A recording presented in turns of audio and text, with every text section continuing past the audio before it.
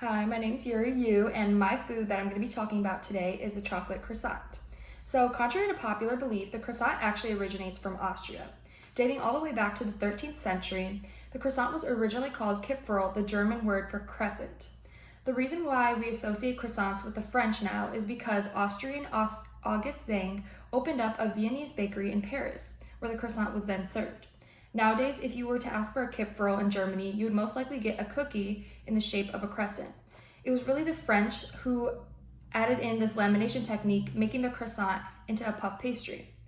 Lamination is when a layer of butter or solid fat is repeatedly folded into dough, creating thin layers of solid fat or butter between multiple thin layers of dough.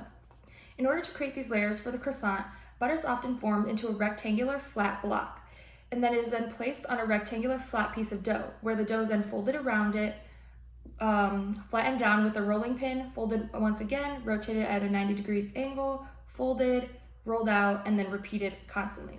During this process, you may have to put the whole thing back into the freezer or fridge to ensure those layers of butter stay solid and doesn't mend with the dough.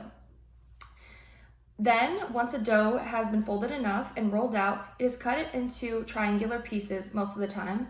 And in my case, with the chocolate croissant, chocolate pieces are then placed at the base of the triangle, then rolled up.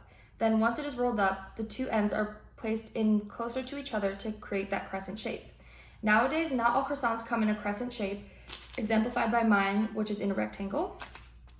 But upon being baked, that's when it undergoes a chemical reaction where the water in the butter evaporates, leaving the fat and making the surrounding layers of dough very crispy and creating those distinct crunchy layers that make croissants so loved today.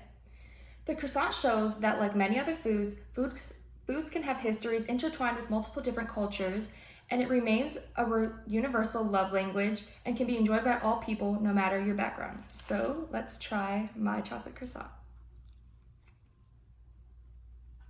You can see those layers created by the dough, created by the butter during the lamination process, as well as the chocolate. And I give this croissant a 10 out of 10. I hope you enjoyed my video today.